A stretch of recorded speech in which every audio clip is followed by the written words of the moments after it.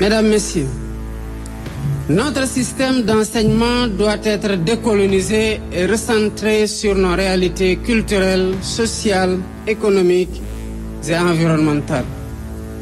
Le Sénégal est un pays riche de diverses cultures. L'introduction du plurilinguisme dans les curricula, avec une reconnaissance accrue des langues nationales et africaines aux côtés du français déjà établi et de l'anglais, est un gage de volonté pour nous arrimer aux défis complexes du monde moderne.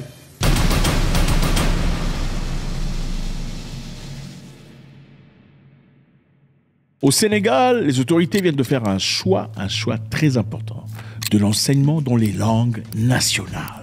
Bravo.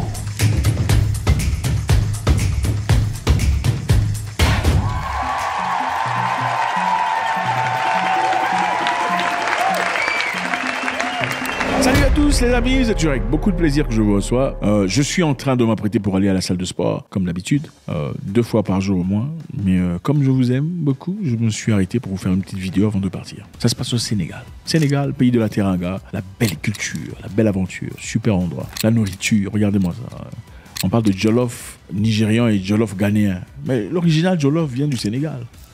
L'original jollof est sénégalais. La mosaïque culinaire, incroyable. Et aussi le sport, un pays qui promeut le sport à ce niveau est très louable. Vous savez, les sportifs sénégalais, les catcheurs, les lutteurs, ils reçoivent à peu près 200 millions de francs CFA le combat. 200 millions, c'est combien 200 millions? C'est à peu près 300 000 $. C'est beaucoup d'argent. D'accord, c'est beaucoup d'argent. Alors voilà, le Sénégal est engagé à renforcer les langues africaines. Donc le Dioula, le Malinké, le Pulaar, le Séréré, le Soninké, le Wolof seront des vecteurs du souverainisme revendiqué par le nouveau pouvoir. Donc le nouveau pouvoir sénégalais veut revendiquer le souverainisme, un État souverain. On veut revendiquer à travers les langues nationales. L'histoire nous enseigne que le Sénégal est une terre de savoir, de connaissances profondes.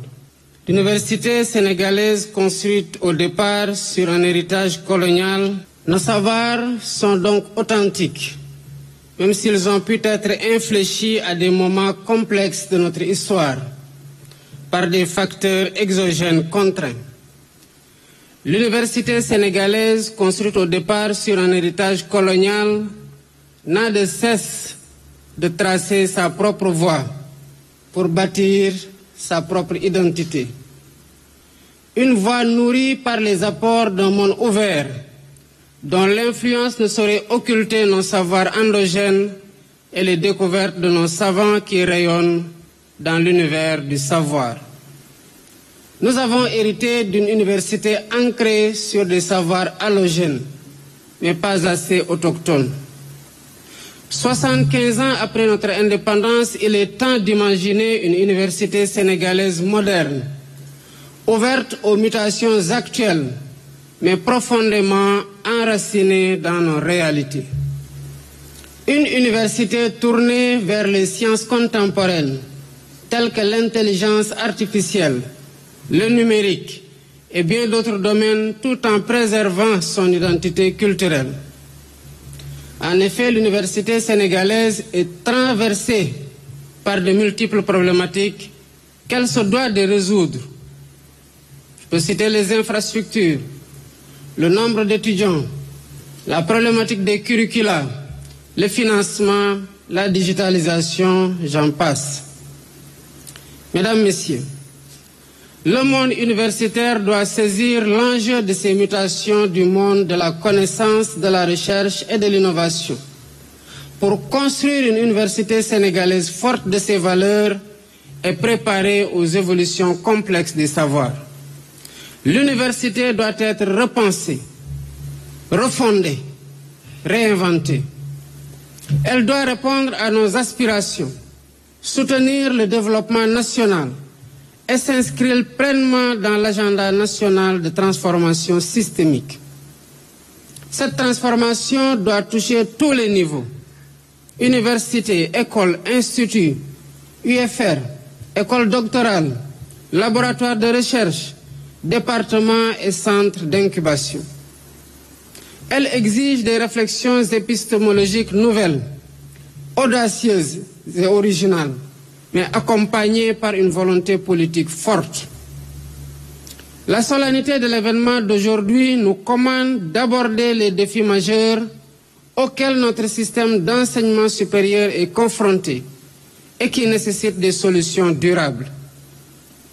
Mesdames, Messieurs, notre doctrine de l'aménagement du territoire à travers les 8 pôles territoires se fonde sur une équité territoriale de principe qui a vocation à ne laisser aucune fille ou aucun fils de ce pays au bord de la route.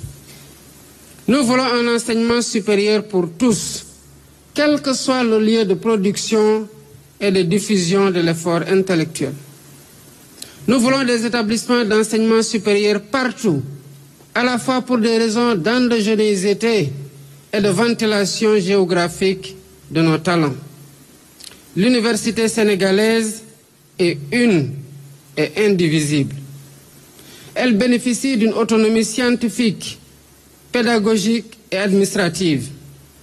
Et cette autonomie doit être renforcée par une gestion rationnelle et transparente de ses ressources humaines et financières, garantissant une équité territoriale réelle. J'en appelle donc à un développement équilibré des pôles territoriaux d'enseignement supérieur, de recherche et d'innovation, en cohérence avec la politique territoriale équitable que je promeus. J'en appelle à une mobilité institutionnelle des enseignants-chercheurs, seul gage d'une égalité des chances.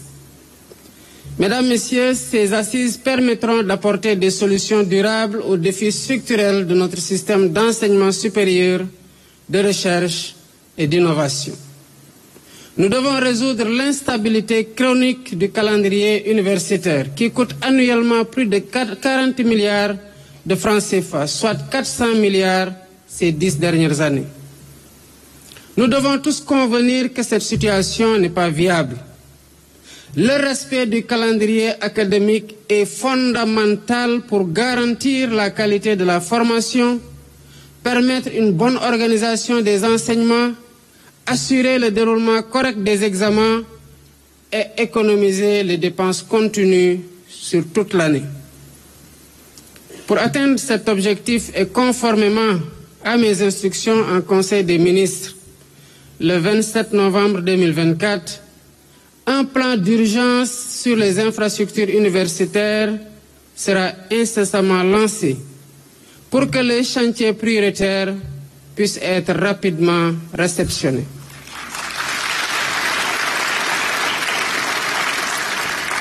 Mesdames, Messieurs, notre système d'enseignement doit être décolonisé et recentré sur nos réalités culturelles, sociales, économiques et environnementales. Le Sénégal est un pays riche de diverses cultures. L'introduction du plurilinguisme dans les curricula, avec une reconnaissance accrue des langues nationales et africaines aux côtés du français déjà établi et de l'anglais, est un gage de volonté pour nous arrimer aux défis complexes du monde moderne. Le plurilinguisme n'est pas seulement une réalité à reconnaître. C'est un levier d'inclusion, de créativité et d'émancipation intellectuelle. Par ailleurs, les savoirs endogènes, longtemps marginalisés, doivent retrouver leur place légitime dans nos contenus pédagogiques et nos programmes de recherche. Il est alors temps de reconnaître pleinement la richesse des connaissances ancestrales et des pratiques culturelles qui ont façonné notre société. L'heure est venue de valoriser nos propres épistémologies, notre mémoire, nos sciences, nos arts et notre capacité à penser par nous-mêmes.